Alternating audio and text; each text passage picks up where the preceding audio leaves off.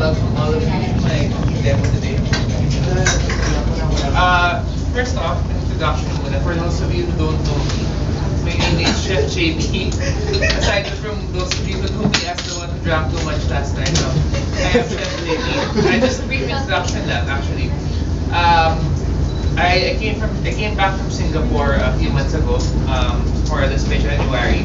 I had to stint there as the head chef for Privé, one of the only 5-star yacht club in Singapore. And aside from that, I was a culinary instructor here in the Philippines for CSP, American Hospitality Academy. And aside from that, I've worked in several hotels, like in Mandarin. Okay. Wow. Yeah, I'll be impressed. Just kidding. Anyways, again, so for today we're going to be something simple lang, just to go with our with the. This is my assistant for today's Joyce. You never know. Okay. So just to go with the festive mood of our voyage for this leg, no, I decided to make something quite tropical. All right. First up, we're going to be making tanigi ceviche. Okay, and then aside from that, we're going to have a mango parfait. All right. First up is we're going to make tanigi ceviche. Okay, what is tanigi ceviche? All right, just brief history lang, no. When I was working in the restaurant a while back, I had a guest. Sabi niya sa akin, Chef, I need something for pulutan. Something not really, a bit fancy, but not too baduy. Ma'am, how about kilawin? Alright, that's one of our specialties. Ay, ayoko ng kilawin, masyado siyang baduy.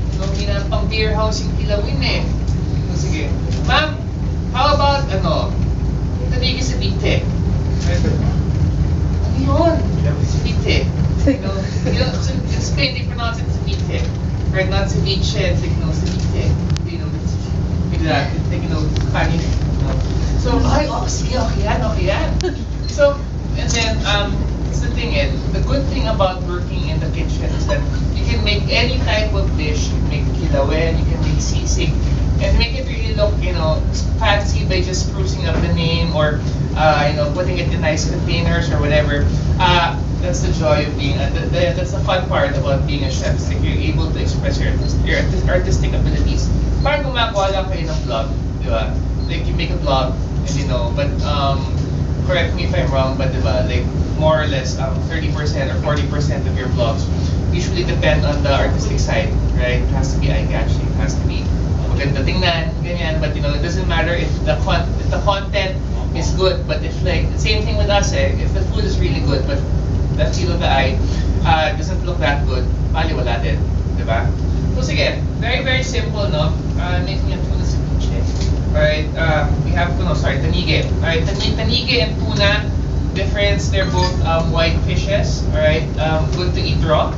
Alright, difference is between the two actually, to the untrained eye, it's the color. Alright, whereas tuna has a more reddish meat, tanigi has a whiter meat. Alright, so you have tanigi. Wala naman here anyone have problems eating with raw food. Wala naman. Sashimi, you guys are a fan of that? Yes. Yeah, right. Very good. Alright, very, very basic ingredients. Alright, you have bell pepper, vinegar, coconut milk, salt, pepper, ginger, and then, of course, have some red onions. Alright, and then, of course, we have some leeks to garnish. So, first to start, let me just prepare everything. Very important when you guys are working in the kitchen, make sure that your knives are very sharp. Okay, very tip. I was working for Chinese boss, my very first employer.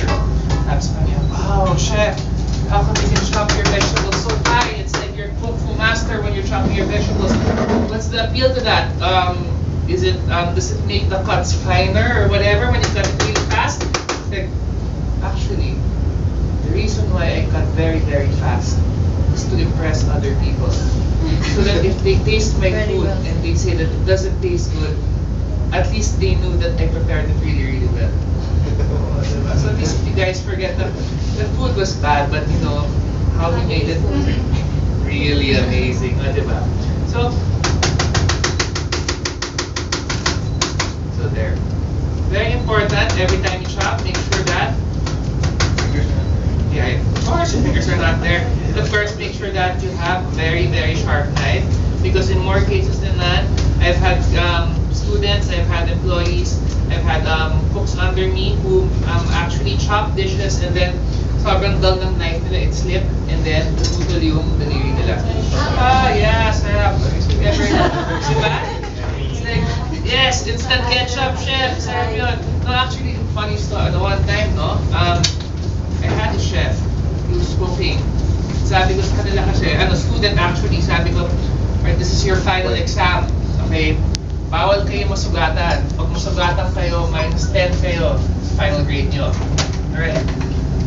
Tapos, yung sinabi sa akin, sugatan siya. Alam kung paano nalaman ng sugatan siya? Kuko niya, nakita ko sa loob ng dish niya. And it wasn't just any type of fingernail. Kuko. Yeah! I mean, kusina, yan. It's true. It's true. Sobrang panic niya kasi because he didn't want to get a low grade. At the same time, then also time pressure. If he goes to the clinic, malaman niya na sugatan siya. He tried to hide it from me. But the thing was, niya tago yung kuko. He was looking for it. Sabi niya, chef, hindi ko makita yung kuko. Saan talaga? Promise talaga. True story. So yun, nakuha ko sa dish niya. So sige, right after that, have some onions here. Very nice red onions. Difference between red and white onions, actually. If you guys watch cooking shows, Lifestyle Network, TLC, you're gonna encounter shallots. Yeah. What are shallots? Chef, what are shallots? Diba? Shallots actually in Tagalog, sibuyas na malaki. Okay, so ito yan. Sibuyas na native. Right? Yun yung shallots. So pag sinabi namin, number 1, Chef, wala po tayong shallots sa Pilipinas. Punta kang Baguio, ang dami doon. Sibuyas na native.